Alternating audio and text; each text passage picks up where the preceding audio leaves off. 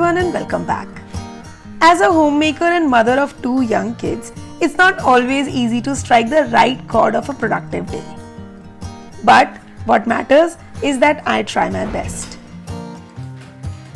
Weekend mornings started on the same note of an attempt to balance my day in the best way possible. After putting the kids on the baby monitor, Karthik and I decided to go for an early morning walk around the building. I never realized this could be one of the options until Karthik highlighted, and I'm so happy that he did because having company during a workout is the best motivation. Today's breakfast will be my delicious take on Sabudana Khichdi, but before that, I'll make a quick pre-breakfast for kids as they wake up quite hungry. In some ghee, I'll roast some ragi powder and oats. Then add some water to make a slurry and add milk of your choice.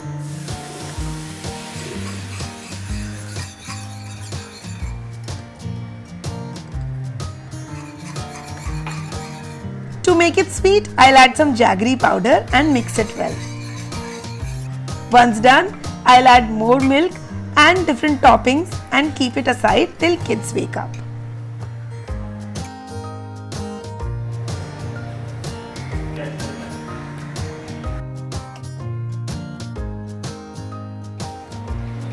Karthik really likes teaching Rutvi. So on weekends, he makes sure that he sits at least 1 hour with her right at the beginning of the day.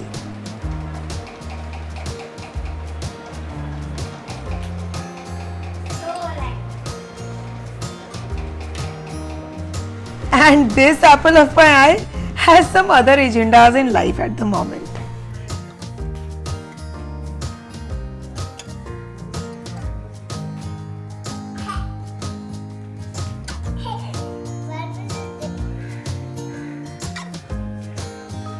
For a non-ordinary version of Sabudana Khichdi, I'll make a very delicious green paste to add into the khichdi.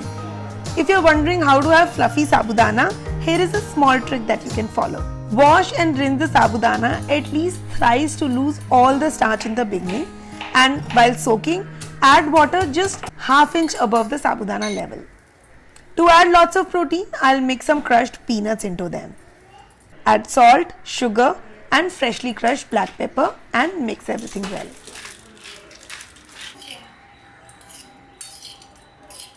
Now in a kadai, crackle some cumin seeds in oil and fry diced potatoes. Smaller the size, quicker they will cook. I'll add more peanuts and the prepared green leaves mix and mix everything well.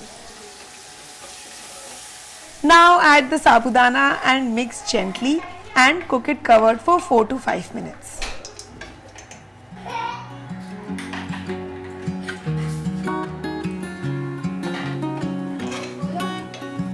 In the end, add lemon juice and fluffy and super duper delicious green Sabudana Khichdi is ready. I feel weekends are the best days to add these kinds of variation in our regular dishes as you have the right audience available to taste, isn't it?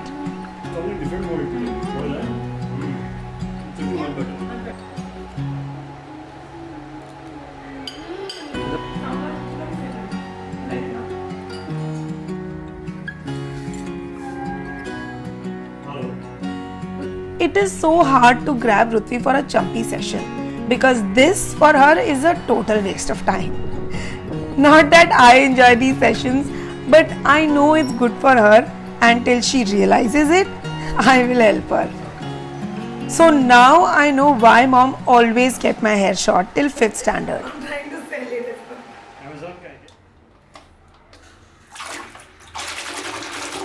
One job leads to another, and once chumpy is done, all the combs in the house will also get cleaned. And while I was washing the comb, I remembered I had to clean my makeup brushes as well. So I'll do that also to get done with this mini 5-minute job and just relax till I cook the lunch.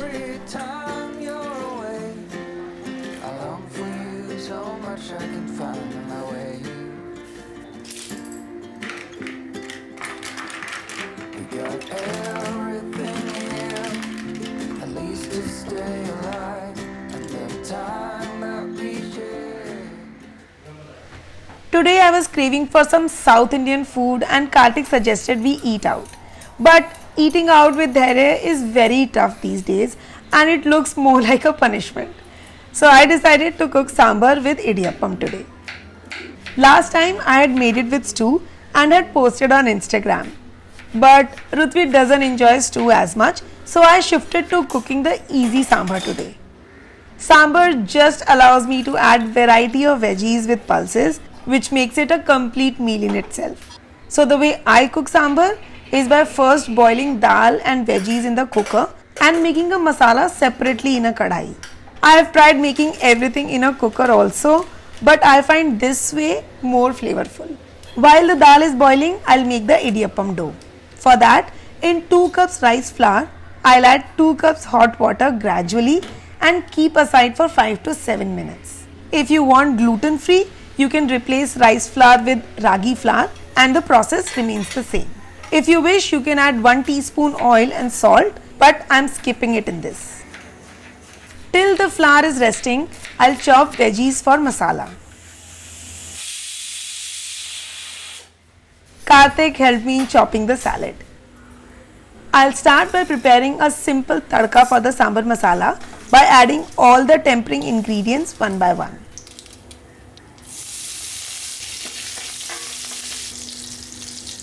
Onions will take 6 to 7 minutes to saute. Till then, I'll roll the dough.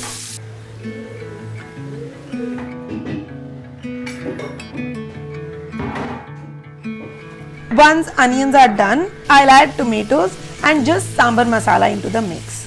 And also, I'll prepare the iddiyappam maker.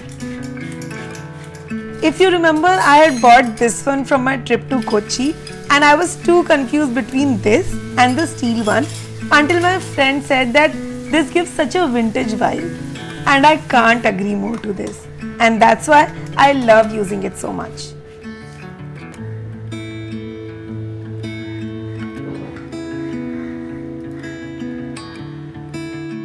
Perfect iddiyappams. Ruthvi calls them noodle idlis.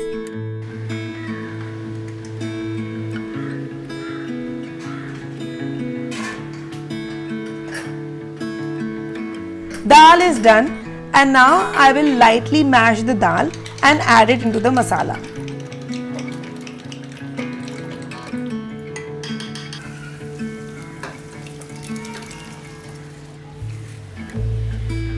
Add some hot water and add half teaspoon jaggery. You can add tamarind juice or lemon juice in the end. I don't have tamarind, so I am using lemon juice in the end.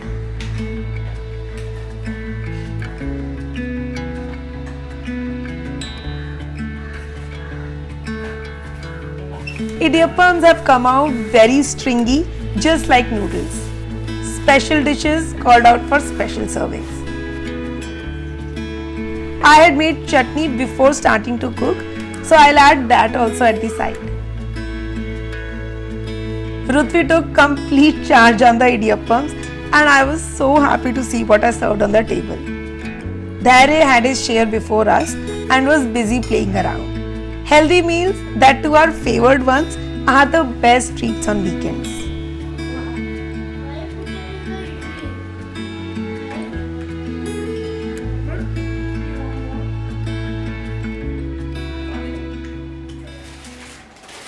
I took a small nap and then decided to work on certain things that are long due on my to-do, starting with checking and refilling the pantry. One good thing that I did in this house is just keeping one single pantry container for extra stock. Managing a pantry becomes so easy when things are confined to just one single container. It reduces my overall time. Things doesn't go for a waste because you are shuffling things more frequently and everything else is in clear visibility to understand the pantry state. This way, cleaning also goes hand in hand. By the end, I also update my pantry list in terms of what is needed and also take note of the excess items to work around the next meal plan.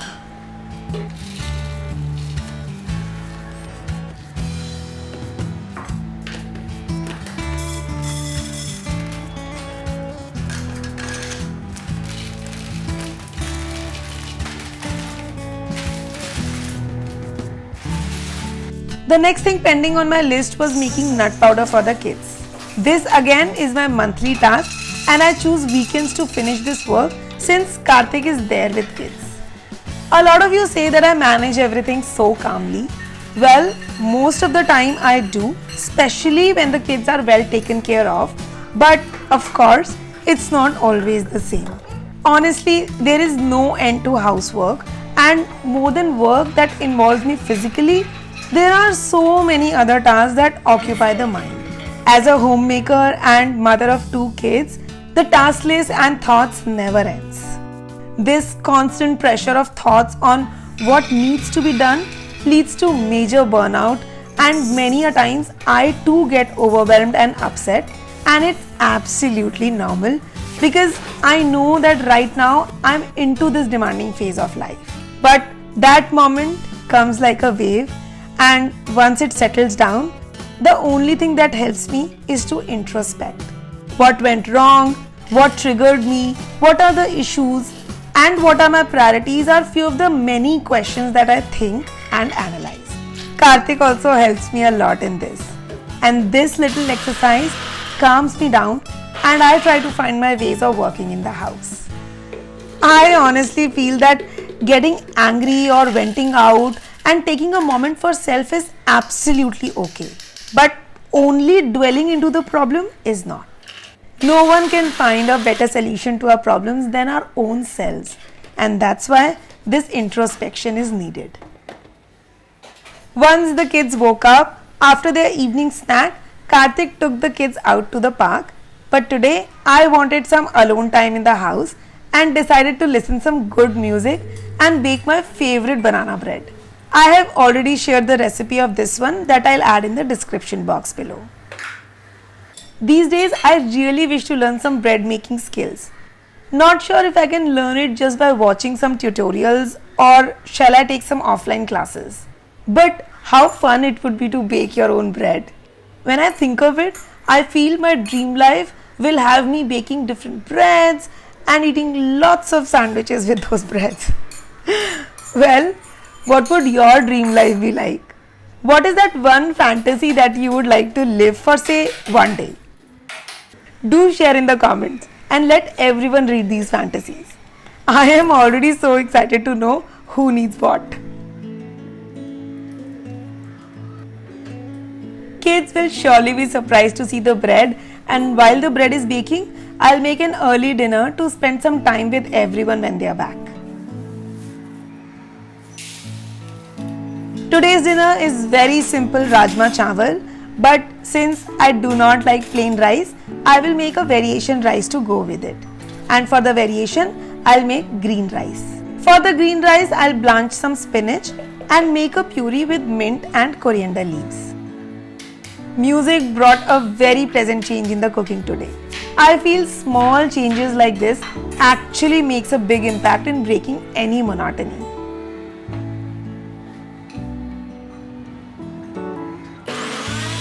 Once the green puree is done, I'll make the onion tomato gravy separately. Now to cook the rajma, in the oil I'll saute some whole spices. Now I'll add cumin seeds, ajwain and hing and let the seeds crackle. Now is the time to add all the dry spices and saute them well. Add the onion gravy and again saute it till golden brown. Banana bread is done, and this is always the most exciting part of baking, the final result. And honestly, looking at a perfectly baked bread is the most satisfying feeling. Do let me know if you are also a baker and resonate with this feeling. Once onion gravy is done, add the tomato ginger puree and saute it well. Now I'll do very basic prep for the green rice.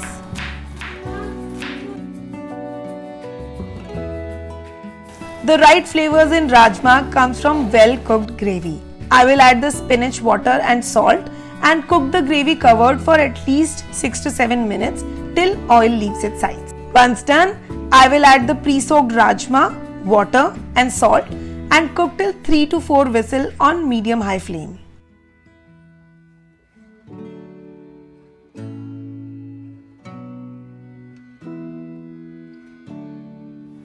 For the rice, in some oil, I'll saute onion and garlic and add the green puree and mix well.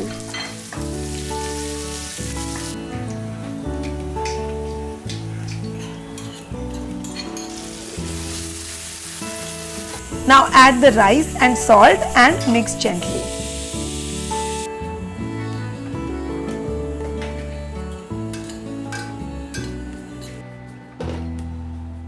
Last time when I went to IKEA with mom, I had bought these deep dishes, so thought of finally opening them for today's meal. I love white crockery as the color of food pops out so well on it. Once Rajma is done, I'll add half cup milk to add some creaminess to the Rajma and end it with some kasuri methi and chopped coriander. New dishes deserve nice plating, so I'll quickly lay the dinner for all. Such a delicious meal after so much of hard work. Slight change in the meal can change the whole taste of the meal. These green rice in combination with Rajma tasted really amazing.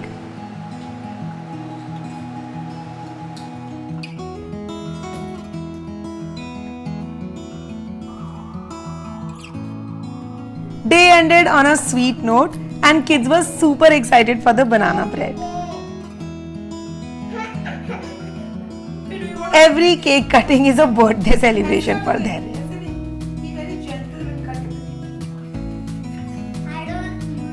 Just 10 minutes of effort in whisking a cake together gives such a satisfactory result of watching kids enjoying their moment. I hope you enjoyed watching this vlog, and if you did, do subscribe to the channel to connect with me. Drop your comments, suggestions and advice in the comment section below.